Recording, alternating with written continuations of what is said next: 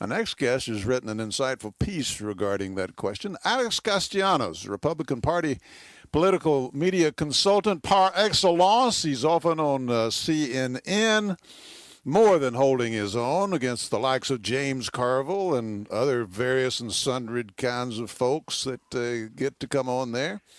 And my good friend, he's written a piece for National Review online entitled "The Truth That Tells a Lie." Alex, are you there? Good afternoon, Fred. Good afternoon. How you doing?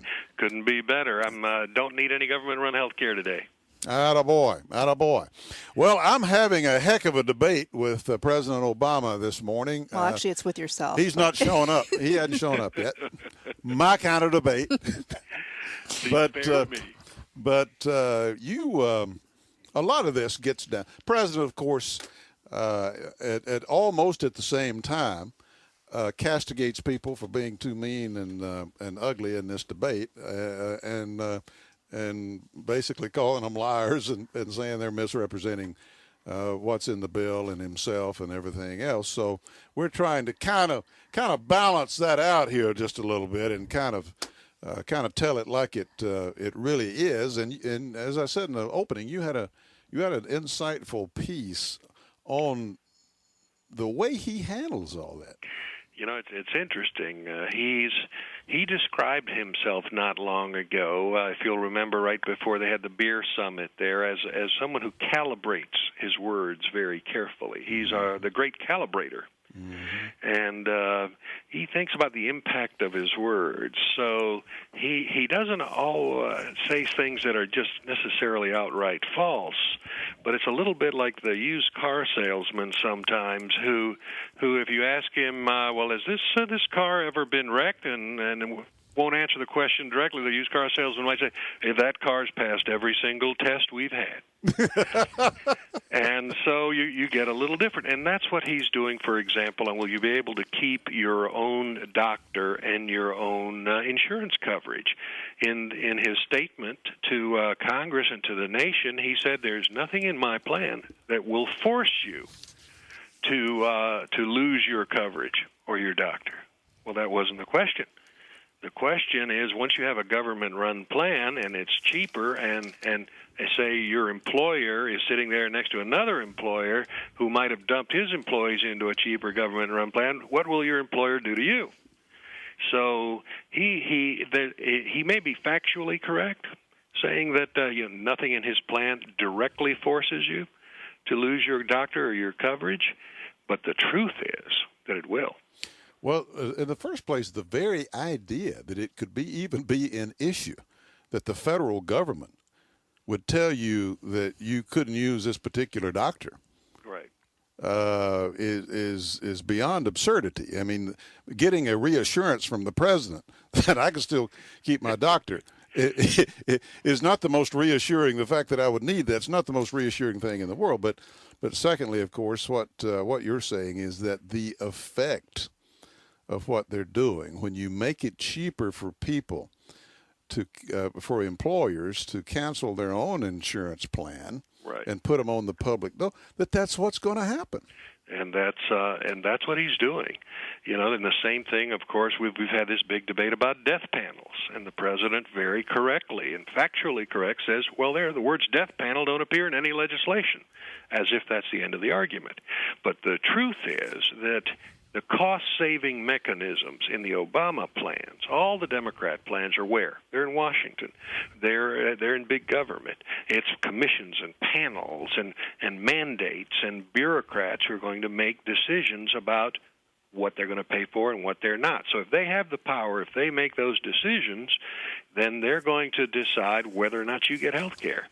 Now, the Republican approach, the conservative approach is, yes, we're going to all want to save money on health care, but let's put those cost-saving mechanisms down at the bottom, not at the top in Washington. Let's put them with you and your doctor so you can make those decisions.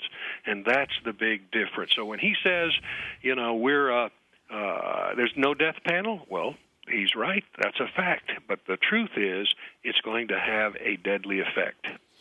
Well, the more people looked at the approach they were taking, the more they backed off of this attack that they orchestrated against what they called a vicious, benighted right wing. They set up these straw men, and I don't know anybody. I don't know if Sarah Palin used that phrase exactly or not. Maybe she did. She did. But of course, your point is right, and people, commentators on the left even, have come to realize this, that when you say that you're going to save money, and when you say that while saving money, you're going to bring, I guess it's 30 million people now into the new system, and you say that we spend more money on people in the last years of their lives, right? And you set up a mechanism whereby doctors are at a minimum encouraged. Doctors oftentimes receiving payments from the government, encouraged to consult with them as to end-of-life decisions. And if you read that bill, you see it's not even a doctor. It can be a nurse's aide or a doctor's assistant or something like that. And they're talking about powers of attorney and things like that. That's what the federal government's encouraging them to do. Okay, do you not have a right to ask yourself if you're an elderly person? Now let's see. Let's put all this together. How am I going to save the government money? Right. By saying keep me alive or let me die. They want to give you 2 and then add 2, but they don't want you to get 4. Most spending on health care is at the end of life. The government says it's going to be in charge and save money on health care. Gee, let's add that one up. That's exactly right. It's not good math for America. Well, the president, that's why I always say, and when Jerry and I were talking about this, I always get back to this. You get these individual issues, but it's gotten to be a matter of credibility. All these things have to do with the issue now of credibility. They're too complex. A lot of them are for people to keep up with, and all these competing claims and so forth. And in a situation like this, you go to the person that you trust the most. It can, and the important matters of your life. If it's a matter of the soul, you talk to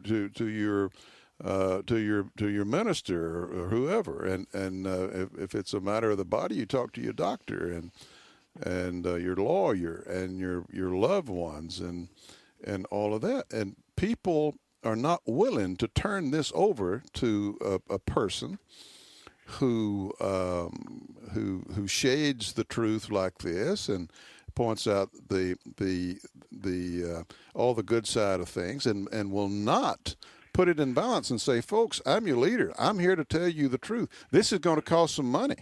And here's the trade-off. We can't have our cake and eat it too. You're going to pay for it in higher taxes or in a reduction of the care you've got. But I think you just hit on the key point, Fred, and that is when the president sits there and deals with you like he's a used car salesman selling you a product he knows you don't want to buy, so he's not going to answer your question directly.